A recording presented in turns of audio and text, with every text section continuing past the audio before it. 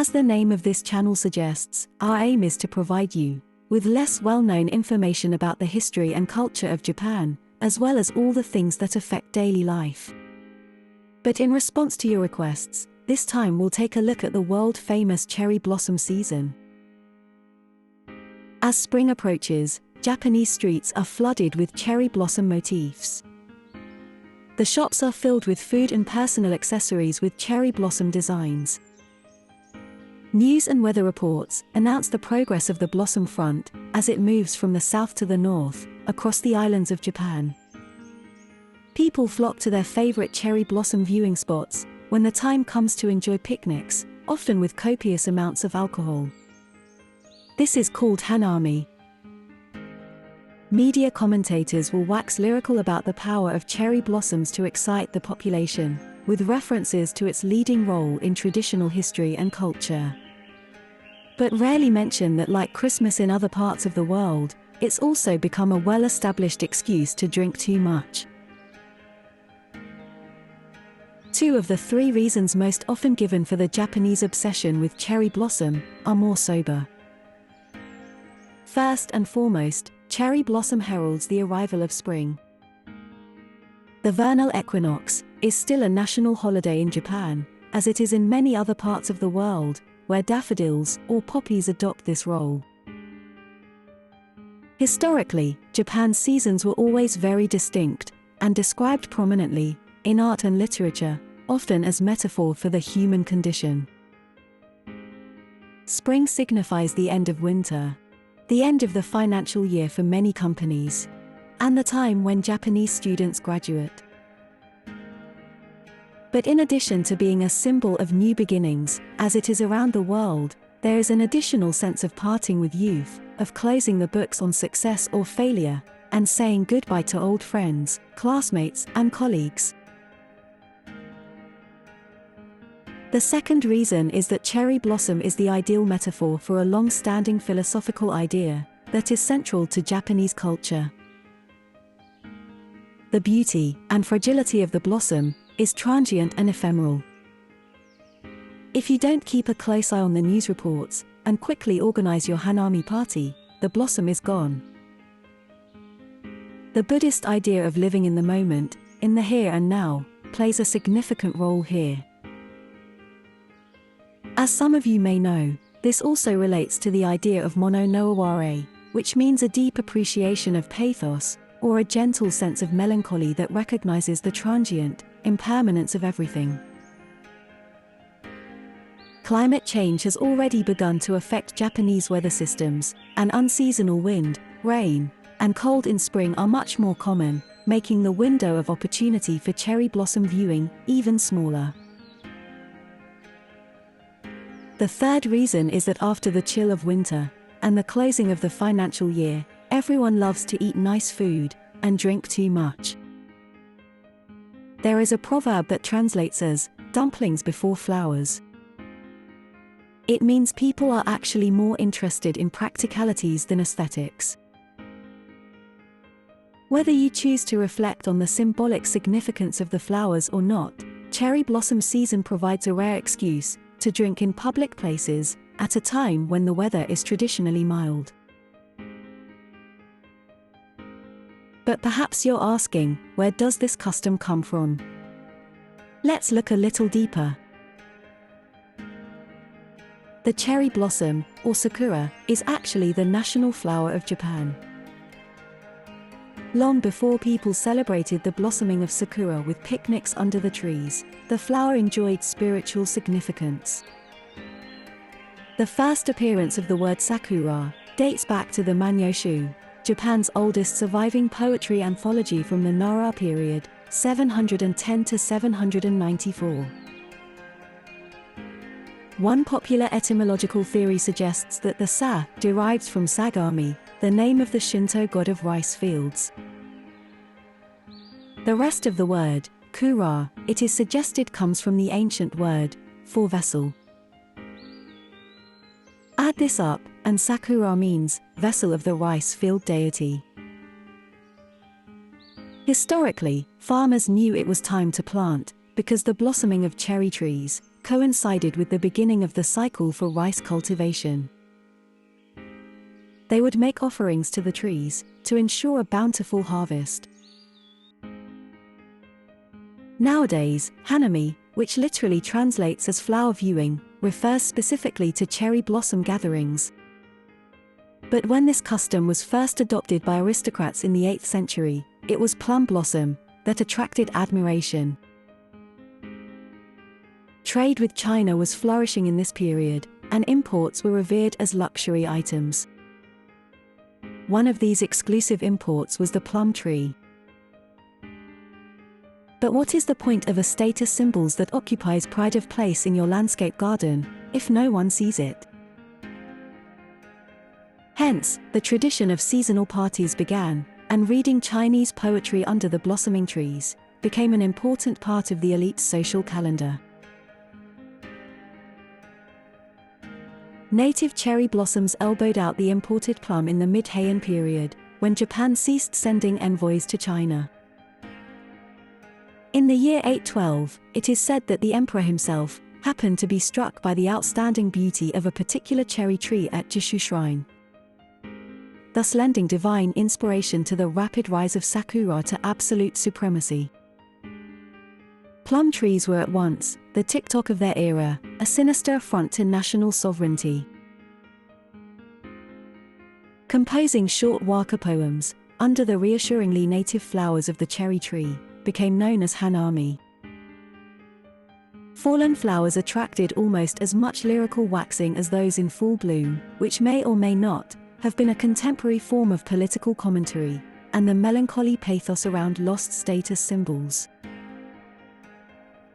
Almost inevitably, cherry blossom and its associations with mono no aware were adopted by poetry-writing noble women, whose position in society was entirely dependent upon their fleeting beauty.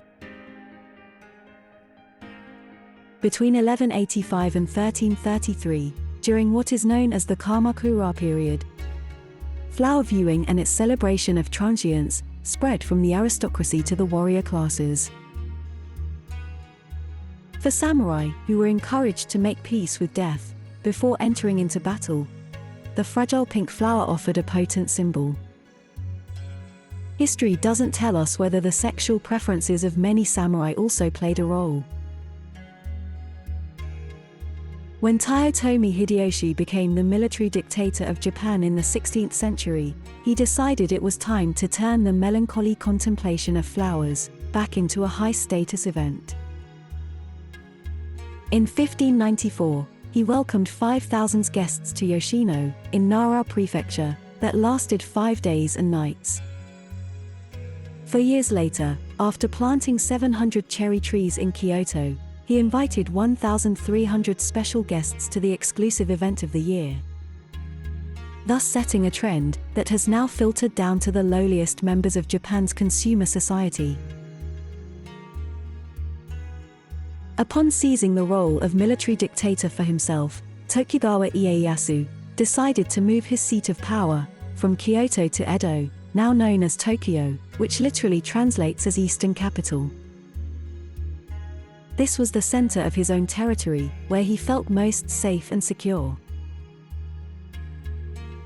He invested huge sums of public money, transforming this less-than-ideal landscape into an impressive capital city. But along the Sumida River, that divided the affluent, upper-class area of Yamanote in the west, from the lower-class East End area, known as Shitamachi, there were frequent floods and mudslides.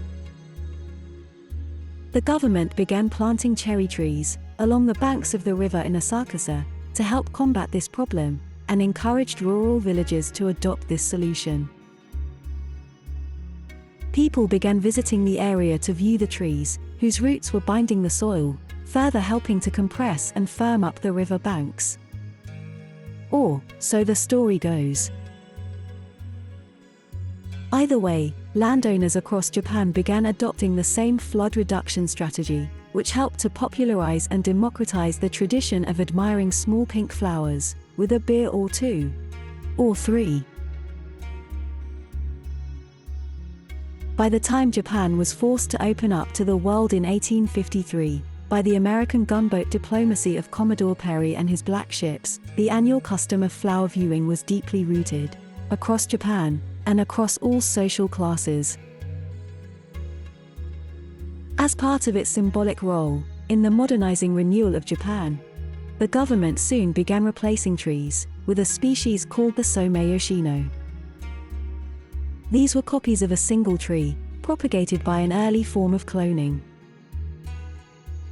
This sits comfortably with the national, motivational slogan of the time: Western technology, Japanese spirit. A lone gardener, Magoe Montekogi, resisted this standardization campaign and continued to plant a variety of species on his own land. Some of these were later transplanted along the Arakawa River, in parks and public areas. During World War II, many trees were cut down for fuel, to the point where certain species faced extinction.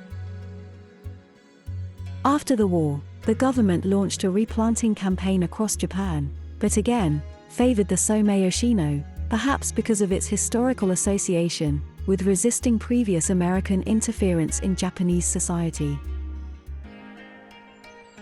In 1951, the Japan Meteorological Agency started tracking the cherry front as it sweeps across the country, using a complex formula to provide a reliable forecast.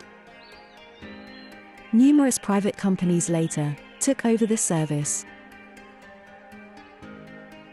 The post-war economic boom led to the mass marketing of products and foodstuffs related to Hanami. And since then, the market has grown and grown. In 2023, the Hanami market is predicted to reach 210 billion yen, or $1.8 billion. This is double the previous year, due to the lifting of government restrictions related to COVID-19. But more than 80% of cherry trees across the country are part of Japan's aging population problems. Although the Somei Yoshino were partly chosen for their fast growth, on the flip side, they are more prone to disease and have a shorter lifespan than other species, at around 60 years. Japan's cherry trees, especially in polluted urban areas, are threatened with a third major extinction threat. The social conditions and environment of Japan's heavily populated, major cities are very different from the post-war period. There are numerous obstacles to planting new samplings. And tree-lined streets are neither popular with residents nor local government, because their routes can damage infrastructure and limit the scope for improvements, such as widening roads to accommodate growing traffic levels. It's tempting to allow nostalgia for the cozy traditions we are taught as children, and the many happy memories of Hanami parties, to color our explanation of the significance that cherry blossom season holds for Japanese people. In reality, Japan is a modern, consumer economy that is as prone to turning every tradition and custom into a commercial opportunity as any other developed nation. The majority of people don't deeply consider the historical significance of Sakura, and the philosophy of modern Hanami parties is seldom tinged with melancholy. When it comes down to it, there is little empathy or appetite for protecting trees from the fallout of modern convenience and the damage it has wrought on the environment, including the increasing disruption to seasonal weather patterns that rains out many picnics. Hanami could be seen as an opportunity to interact with people, but like Valentine's Day or Christmas in Japan, more likely to be primarily an excuse to sell more crap and let off some steam. In that sense, it retains very little significance beyond a short explosion of cute pink flowers, both real and manufactured, that provide a welcome pretext to get totally hammered.